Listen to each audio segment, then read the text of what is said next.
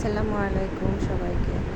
আজকে বানাবো আমি চিকেন রোলের জন্য আমার প্রথমেই দরকার চিকেনের পুরটা আমি আগে থেকেই তৈরি করে রেখেছিলাম। তো এরপরে আমি 3 কাপ মতো আটা, 2টা ডিম, কিছুটা লবণ নিয়ে একটা গোলা তৈরি করেছি রুটির জন্য। তো গোলার ঘনত্বটা কেমন হবে আপনারা দেখেই বুঝতে পারছেন। নর্মাল পানি দিয়ে গোলাটা গুললেই হবে।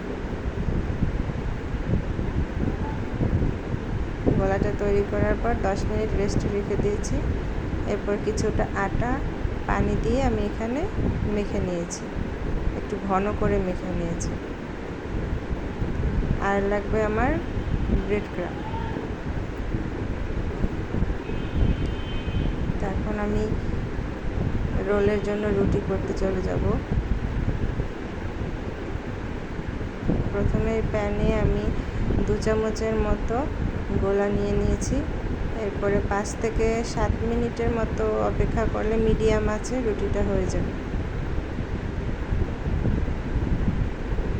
2 পিঠ ভালো করে ভেজে আমি সব রুটিগুলো তৈরি করে নেব। এখান থেকে একটা রুটি নিয়ে এরপরে এর ভেতরে চিকেন দিয়ে দেব।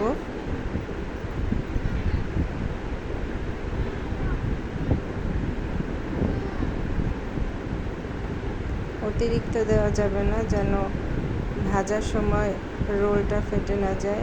আবার কমও দেওয়া যাবে না, বুঝে দিতে হবে জিনিসটা।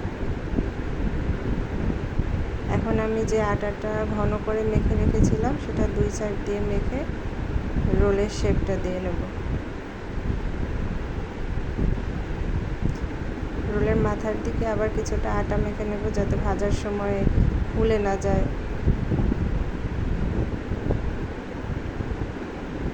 এভাবে আমি সব রোলগুলো তৈরি করে নেব। এখন আমি যে গোলাটা তৈরি করেছিলাম তার থেকে কিছুটা গোলা আমি রেখে দিয়েছিলাম, এর মধ্যে রোলটা চুবিয়ে এরপরে ব্রেড ক্রাম্ব মেখে নেব। তো রোলটা অনেকে ডিমে চুবিয়ে ভাজে, কিন্তু এইভাবে ভাজলে ক্রিস্পি থাকে বেশিক্ষণ একটু। এখন আমি 3টা রোল ভেজে নেব, বাকিগুলো এয়ারটাইট বক্সে রেখে দেবো ফ্রিজে। আপনারা চাইলে 1 মাস পর্যন্ত এভাবে বানিয়ে রাখতে পারেন। বাচ্চাদের টিফিনের জন্য খুবই সহজ। কেমন হয়েছে জানাবেন। আল্লাহ হাফেজ।